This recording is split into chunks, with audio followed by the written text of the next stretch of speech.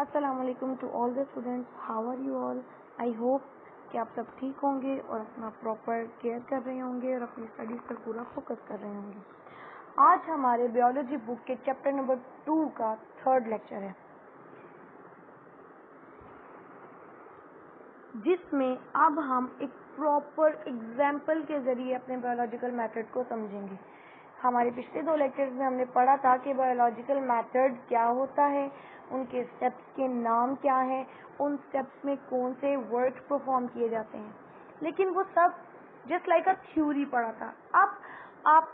अब अगर इसको बहुत फोकस से आज के लेक्चर को समझोगे तो आपके पास ये इतना इजीली आपके दिमाग में क्लियर हो जाएगा कि एक्चुअली बायोलॉजिकल मेथड परफॉर्म कैसे किया जाता है। Study of malaria an example of biological method, ये आपकी बुक के चैप्टर नंबर 2 में पेज नंबर 23 से स्टार्ट हो रहा है। If you are having your text book तो काइंडली आप उनको ओपन कर रखिए और लेक्चर सुनने के दौरान अपनी बुक को ओपन कर अपने पास रखिएगा, ताकि आपको अगर कहीं कंफ्यूजन हो आप फौरन से स्टॉप करो, अपनी टेक्स्ट बुक पढ़ लो, या कोई आपको यहाँ समझ नहीं आ रही वर्ड तो वहाँ से देख लो। इट विल प्रूव इंशाल्लाह very best thing for you. शुरू करते हैं अपनी लेक्चर को। अपने लेक्चर को शुरू करने से पहले हम ये देखते हैं कि हमने मलेरिया को as an biological problem study करना है। मतलब past round about 2000 years ago, 2000 साल पहले मलेरिया बहुत बड़ा प्रॉब्लम था इस वर्ल्ड के लिए। अब 2000 ईयर्स अगो आप देखो, no luxuries, no facilities, science इतनी डेवलप नहीं थी, हमारे पास चीज़ें इतनी ऑर्गेनाइज्ड और इतनी लेविश फॉर्म में मौजूद नहीं थी। मलेरिया एक बहुत बड़ा मसला था तब के लोगों के लिए, इस वर्ल्ड में बहुत बड़ा बायोलॉजिकल प्रॉब्लम थी। अब सबसे पहले हिस्ट्री देखते हैं। ये कॉमन डिजीज है, आजकल हर किसी को पता मलेरिया क्या है, लेकिन 2000 साल पहले ये बहुत कॉमन फैली भी हुई थी, लेकिन कॉमन समझी नहीं जाती थी। This is a very dangerous disease तब जब समझी जाती थी, जब ये मलेरिया बहुत बड़ा प्रॉब्लम बना हुआ था हमारे लिविंग वर्ल्ड के लिए।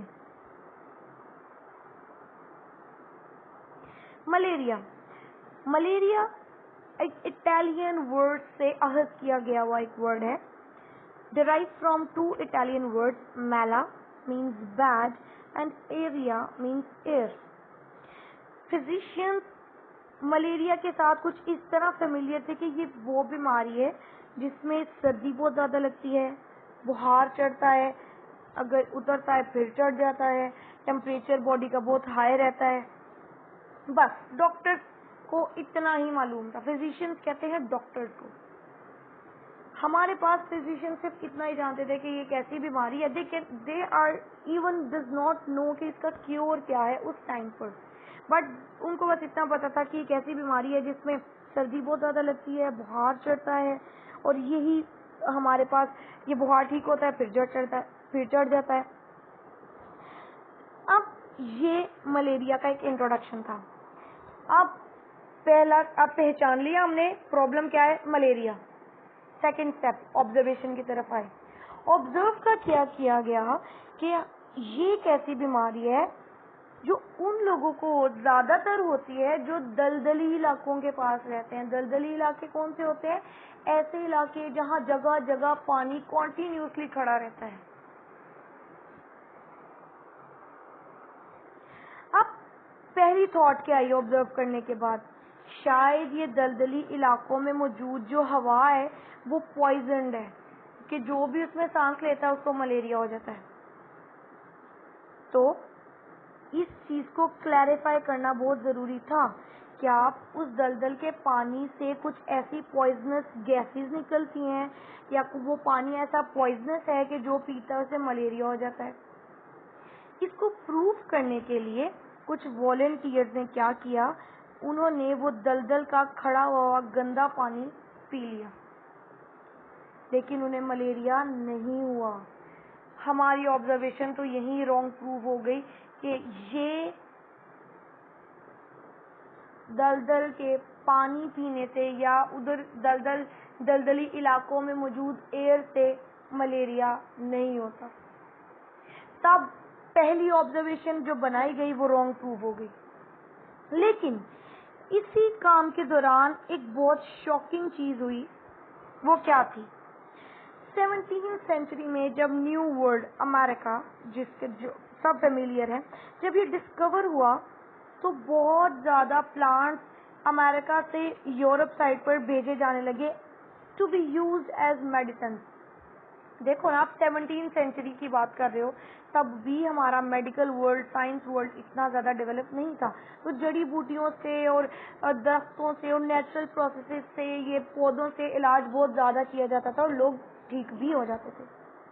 अब ये प्लांट्स जब भेजे जाने लगे तो क्या देखा, उसमें एक ट्री था जिसका नाम था क्यूना क्यूना। इसकी जो बार्क थी, जो खाल थी, वो बुखार ठीक करने के लिए बहुत इफेक्टिव दवाई साबित होती थी। तो क्या हुआ, ये बीमारी जो मलेरिया थी उसका अभी हमें वजह नहीं पता कि वो क्यों होती है, लेकिन इस बीमारी को ठीक किया जाने लगा with the help of the bark of tree known as quina quina. लेकिन तब क्या हुआ कि इतनी ज्यादा बार्क प्रोड्यूस नहीं हो रही थी जितनी भेजी जानी चाहिए। तो कुछ डिसऑनेस्ट मर्चेंट्स, मतलब जो दयानतदार ताजिर नहीं होते, उन्होंने क्या किया, इससे मिलता जुलता एक ट्री की बार्क वो भेजना शुरू कर दी। क्या नाम था उसका?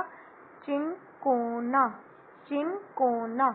क्यूना क्यूना अलग ट्री है, चिनकोना अलग ट्री है, but they resemble a lot. तो डिसऑनेस्ट मर्चेंट्स क्यूना क्यूना की जगह चिनकोना की बार्क यूरोप भेजना शुरू हो गए। बट उनकी ये डिसऑनेस्टी ने बड़ा एक शॉकिंग रिजल्ट दिया। बजाय इसके कि कोई नुकसान होता, मलेरियल पेशेंट्स ज्यादा जल्दी रिकवर करना शुरू हो गए with the help of the bark of cinchona tree. क्यों?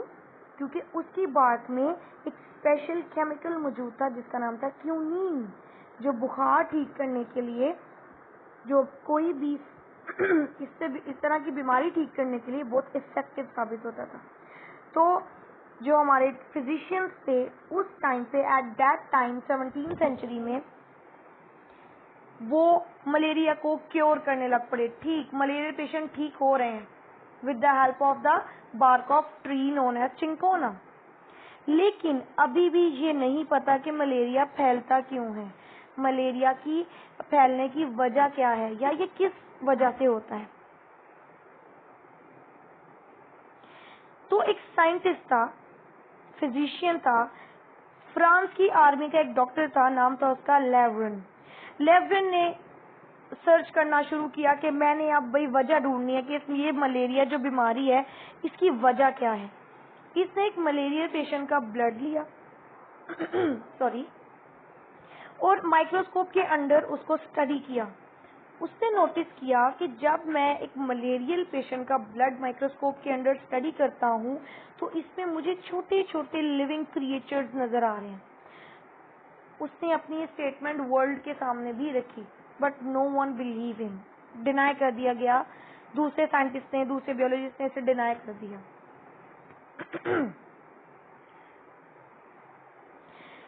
लेकिन 2 साल के बाद, आफ्टर द वर्क ऑफ लेवरन, 2 साल के बाद एक और फिजिशियन ने सेम यही स्टेटमेंट दी कि मैंने भी मलेरिया पेशेंट के ब्लड को स्टडी किया है और मुझे भी उसमें स्मॉल क्रिएचर्स नजर आए हैं। लेकिन उसकी बात भी किसी ने नहीं मानी। जब उसके भी 3 साल बाद एक और साइंटिस्ट ने, एक और बियोलॉजिस्ट ने, एक और फिजिशियन ने उस पर वर्क किया, सेम छोटे छोटे माइक्रो ऑर्गेनिज्म सेम फिर से एक मलेरिया पेशेंट के ब्लड में नजर आए। अब उसने उन माइक्रो ऑर्गेनिजम्स को नाम दे दिया प्लाज्मोडियम का। क्लियर? 19th सेंचुरी में, अब 17th सेंचुरी में उसका इलाज पता चल गया। हमारे पास लेवरन का वर्क आया, 2 और साइंटिस्ट के वर्क आए, और अब तक ये स्टेटमेंट आ गई कि मलेरिया पेशेंट के अंदर एक उसके ब्लड में एक माइक्रो ऑर्गेनिज्म जरूर मौजूद होता है और उस माइक्रो ऑर्गेनिज्म का नाम क्या है? प्लाज्मोडियम। 19th सेंचुरी में अब ऑब्जर्वेशंस को लिस्ट आउट किया गया जिसमें 4 बहुत इंपॉर्टेंट थी। मलेरिया का और दलदली इलाकों का कोई आपस में रिलेशन जरूर है। क्यूनीन एक बहुत इफेक्टिव मेडिसिन है मलेरिया को ठीक करने के लिए। दलदली इलाकों का पानी पीने से मलेरिया नहीं होता। 4th, एक माइक्रो ऑर्गेनिज्म है जिसका नाम है प्लाज्मोडियम, वो मलेरिया पेशेंट के ब्लड में जरूर होता है। अब ऑब्जर्वेशंस कंप्लीट हो गई। अब इनको एक स्टेटमेंट में लाना बहुत ज्यादा जरूरी था। वो क्या होती है? हमारी फॉर्मुलेशन ऑफ हाइपोथेसिस। हाइपोथेसिस क्या थी? Simplest explanation of our observation. वो एक हाइपोथेसिस बनाई गई, वो क्या थी? Plasmodium is the cause of malaria. अब तक हम पढ़ चुके हैं कि मलेरिया क्या है, इसकी मेडिसिन क्या थी। पहला वर्क लावरन का था, फिर उसके जो हमारे पास माइक्रो ऑर्गेनिजम्स हैं वो डिस्कवर करने के बाद नाम क्या रखा गया? प्लाज्मोडियम। फिर जब 19th सेंचुरी में सारी ऑब्जर्वेशंस लिस्ट आउट कर दी गई तो फिर एक हाइपोथेसिस बनाई गई, क्या थी? Plasmodium is the cause of malaria. अब तक हमारी इस प्रॉब्लम को सॉल्व करने के सिर्फ 3 स्टेप्स फॉलो हुए हैं: रिकॉग्निशन, ऑब्जर्वेशन एंड हाइपोथेसिस। इंशाल्लाह हम अपने नेक्स्ट लेक्चर में इसके बाकी स्टेप्स भी देखेंगे और हम देखेंगे कि मलेरिया जो प्रॉब्लम थी बायोलॉजिकल वर्ल्ड की, उसको सॉल्व एक्चुअली कैसे किया गया। टिल देन, अल्लाह हाफिज।